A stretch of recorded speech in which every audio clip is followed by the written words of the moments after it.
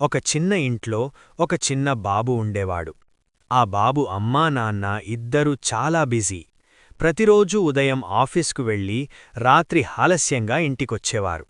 అందుకే ఆ ఇంట్లో ఎక్కువ సమయం ఆ బాబు మరియు అతని పెంపుడు కుక్క మాత్రమే ఉండేవారు. ఆ బాబు చాలా మంచివాడు, చాలా ప్రేమగా ఉండే స్వభావం.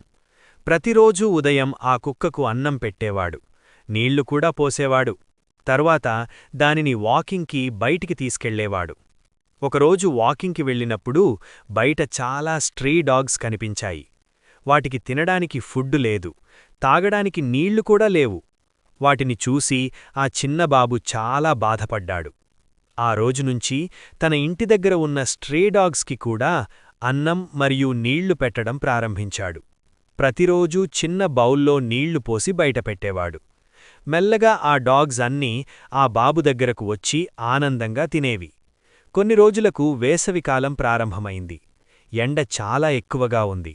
నీళ్లు లేక చాలా జంతువులు పక్షులు బాధపడుతున్నాయి.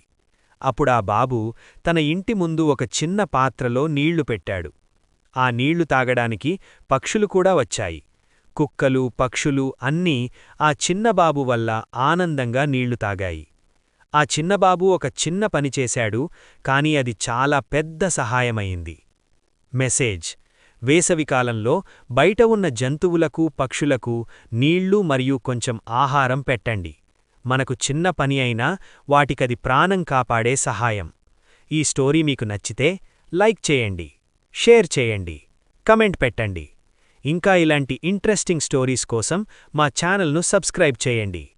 పైన ఉన్న బెల్ ఐకాన్ యాక్టివేట్ చేయడం మర్చిపోకండి, తాజా వీడియోలు వెంటనే చూడడానికి. Thanks for watching.